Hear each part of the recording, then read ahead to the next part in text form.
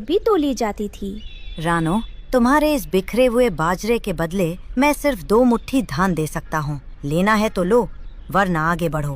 कालू भाई, 2 महीने की खून पसीने की मेहनत है ये, इतनी बेरुखी क्यों? अरे टुन्नू, जिसकी जैसी हैसियत उसकी फसल का वैसा ही मोल। बाजार भावनाओं से नहीं, रसूख से चलता है। उसी समय बाजार के मुहाने पर एक अजीब, बदसूरत और घायल पक्षी तड़पता हुआ गिरा। कोई थोड़ा पानी दे दो, मैं कई दिनों से भूखा हूँ। मुझे बस किसी पेड़ की निचली शाख पर शरण चाहिए।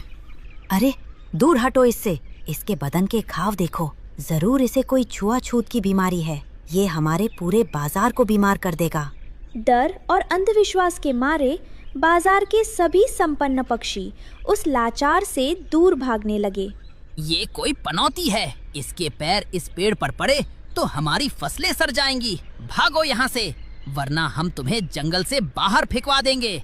मैं बीमार नहीं हूँ, बस एक बड़े बाज के हमले में घायल हुआ हूँ। मुझ पर दया करो। जहाँ पूरा समाज उस लाचार को दुत्कार रहा था, वहीं रानो चिड़िया भीड़ को चीरती हुई आगे बढ़ी।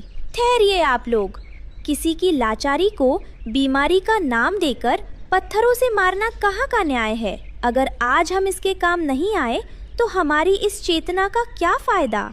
रानो, तू बहुत बड़ी समाज सुधारक मत बन। अगर इसे अपने साथ ले गई तो इस बाजार में तेरी फसल का एक दाना भी नहीं बिकेगा।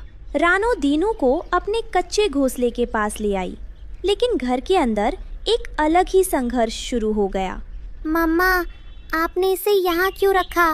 बाजार में मिट्ठू कह रहा था कि ये अपशकुनी है, इसके आने से हमारा घोंसला भी टूट जाएगा। हाँ मम्मा, समाज हमसे पहले ही कतराता है। अब तो लोग हमारे घर के पास से गुजरना भी बंद कर देंगे। रानो ने बच्चों को पास बुलाया और उनकी आंखों में झांककर समाज के असली अपशकुन का चेहरा दिखाया। बच्चों, अपशकुन किसी के फटे पंखों या जख्मों में नहीं होता, बल्कि हमारे सोए हुए ज़मीर में होता है। जो समाज किसी भूखे को देखकर दरवाज़ा बंद कर ले, वो समाज खुद बीमार है। आज इसकी मदद करना हमारा सरोकार है। रानो सिर्फ घोंसले तक नहीं रुकी, उसने अपने छोटे से खेत का एक हिस्सा दीनू को सौंप दिया ताकि वो आत्मनिर्भर बन सके।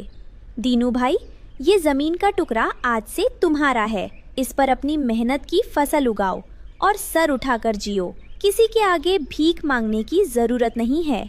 रानो बहन, पूरी दुनिया ने मुझे ठुकराया, पर तुमने मुझे इंसान समझा। मैं इस मिट्टी का कर्ज अपनी जान देकर भी चुकाऊंगा। रानो की इस दयालुता से कालू कौआ और हरिया तोता चिढ़ गए। उन्होंने रानो के परिवार को आर्थिक रूप से तोड़ने की साजिश रची। उस गरीब चिड़िया का घमंड बहुत बढ़ गया है। उसके खेत में जाने वाले नहर के पानी को पत्थरों से रोक दो। जब फसल सूखेगी तो अपने आप उस अजनबी को लात मारकर भगा देगी। साजिश रंग लाई। रानो के खेत का पानी रुक गया और फसलें सूखने लगी, पर रानो के हौसले नहीं टूटे। रानो, पानी के बिना आधी फसल बर्बाद हो चुकी है। क्या हमने उस लाचार की मदद करके कोई गलती कर दी? नहीं टुन्नू, परीक्षा जितनी कठिन होगी, कर्मा का फल उतना ही मीठा होगा। हम झुकेंगे नहीं। दीनू ने देखा कि उसकी वजह से रानो का परिवार संकट में है। उसने दिन रात एक करके अपने जख्मों की परवाह किए बिना काम करना शुरू किया। रानो बहन ने मुझे जीने की वजह दी है। मैं उनके परिवार पर कोई आंच नहीं आने दे सकता, चाहे मेरी जान ही क्यों न चली जाए।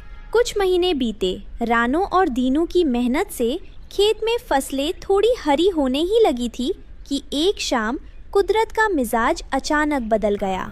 रामपुर जंगल पर एक ऐसी प्राकृतिक आपदा टूटने वाली थी जिसने अमीर और गरीब का अंतर हमेशा के लिए मिटा दिया। जल्दी करो मिट्ठू, हरियाली, अपने पंख समेटो और अंदर आओ। ऐसा खौफनाक तूफान मैंने अपनी पूरी जिंदगी में नहीं देखा। आसमान फट पड़ने को है।